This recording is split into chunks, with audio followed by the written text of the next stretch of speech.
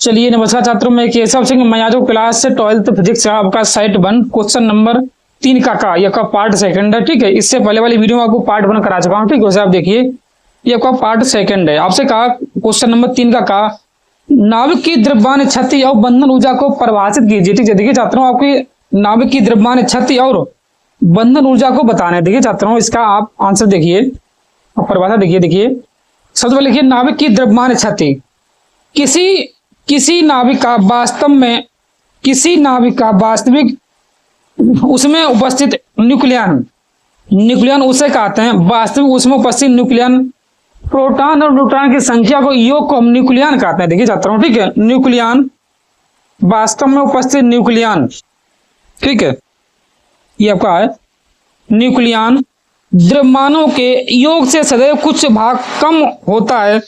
द्रव्यमानों को इस अंतर को नाभिक की द्रव्यमान क्षति कहते हैं। ठीक है, देखिए छात्रों, कहने का मतलब है कोई प्रोटॉन है, ठीक है, प्रोटॉन है, मान लीजिए आपका प्रोटॉन है, ठीक है, और प्लस न्यूट्रॉन, ये कण अलग अलग हैं। कुछ प्रोटॉन है, मान लीजिए ऐसे, ठीक है, प्रोटॉन है, कुछ न्यूट्रॉन है, प्रोटॉन है, न्यूट्रॉन है। ठीक है, अगर इन्हें एक आप नाभिक बनाना चाहते हो, ठीक है, अगर इसे आप एक नाभिक बनाए हो तब इनका जो अलग अलग योग है, अब एक नाभिक बन जाए तो इसका कुछ द्रव्यमान कम हो जाएगी। ठीक है, कुछ द्रव्यमान कम हो जाएगा नाभिक बनाने में। ठीक है, अलग अलग प्रोटॉन न्यूट्रॉन जो है उसका द्रव्यमान कुछ अलग होगा। जब एक नाभिक बन जाएगा उसका कुछ क्षति हो जाएगी। ठीक, जो द्रव्यमान में क्षति क्या होगा आपसे, द्रव्यमानों के योग से सदैव कुछ भाग कम होता है। द्रव्यमानों के इस अंतर को नाभिक का द्रव्यमान क्षति कहते हैं। कुछ द्रव्यमान में उसकी क्षति हानि हो जाए उसे कहते हैं द्रव्यमान क्षति।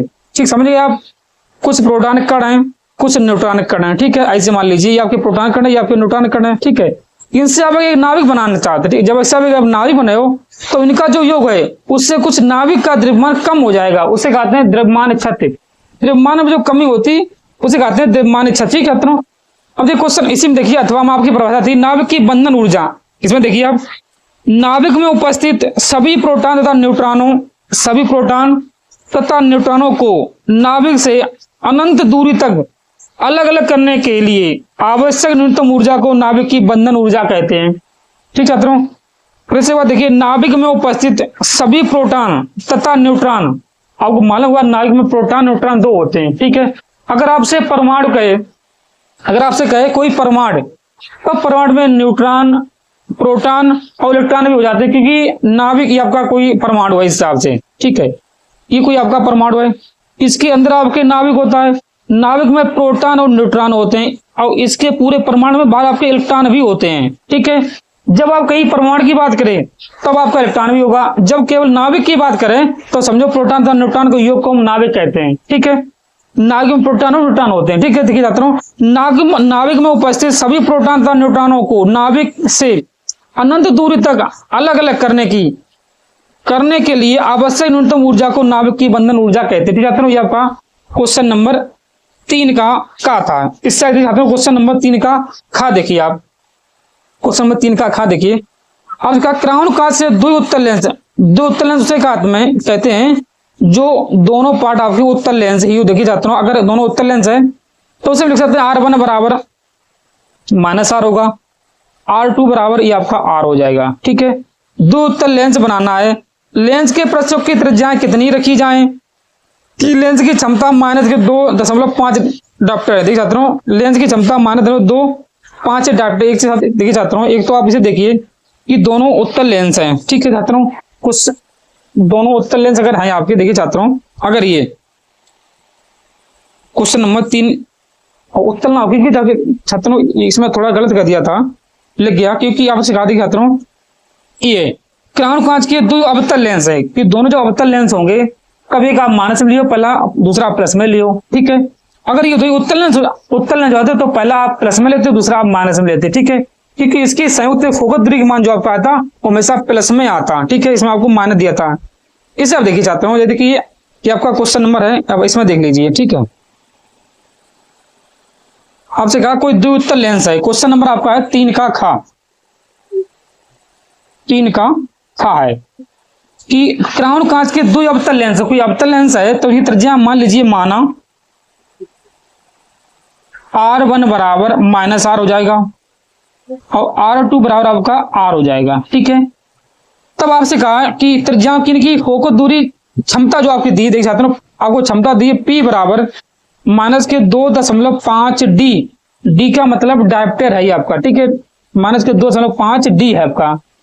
तब देखिए छात्रों, ये आपका क्वेश्चन नंबर है 3 का खा। क्राउन का से दो अवतल लेंस बनाना। ठीक है, लेंस के पृष्ठों की वक्रता त्रिज्या कितनी रखी जाए कि क्षमता उनकी -2.5 D हो। क्राउन कांच का अपवर्तनांक 1.65 है। आपको दिया छात्रों n बराबर 1.65 है। आपको मालूम होगा, देखिए छात्रों, लेंस मेकर सूत्र, देखिए लेंस मेकर सूत्र से, लेंस मेकर सूत्र से ये आपका होता है 1/f बराबर n-1 1/r1 उस टाइम में -1/r2। तब देखिए छात्रों, ये आपका फोकस दूरी है, आपको क्षमता दी है, तो यहां से पहले आप का नाम फोकस दूरी निकाल सकते हो। आपको मालूम P बराबर 1/f होता है, या F बराबर आप 1/p लिख सकते हो। बात एक ही है, तो F बराबर P के जगह पर 2.5 रखिए आपका मीटर में, ऊपर आप 100 को गुणा कर दीजिए, 0.0 बढ़ा दो 25 चौकू 100, मतलब आपका जाएगा F बराबर 40 सेंटीमीटर। ये आपकी फोकस दूरी होगी माइनस में, क्योंकि आपकी क्षमता जो थी वो माइनस में थी। ठीक है, तब इसे आप लिखिए, देखिए छात्रों, 1/-40 बराबर n के जगह पर आप 1.65 रखिए -1, R1 के जगह पर माइनस के आ रहा है, ये आपका पहले से R खाली आ रहा है। तब देखिए छात्रों, -1/40 बराबर इससे आप घटे तो 0.65 बचे हैं, ये आपका -2/R हो जाएगा। ठीक है, देखिए छात्रों, अब इसमें आप काटिए, देखिए छात्रों, इसे आप -40 बराबर, अब इसमें इसका गुणा कर दिया छात्रों, ये आपका हो जाएगा 2 पंजे 2 छमारा था, मतलब -1.5। ठीक है, सॉरी 3 -1.3 होगा। ठीक है, बटे में आ रहा है। अब माइनस से माइनस आप कैंसिल करिए, आपका बचा देख सकते हो 1/40 बराबर में 1.3 बटे में R। अब इसका गुणा कर दीजिए, R बराबर 40 गुणे 1.3। अब 0 से आप दशमलव काट दो, R बराबर 4 गुणे 13, 13 चौक 12, मतलब R बराबर का ये 52 सेंटीमीटर त्रिज्या हो गई।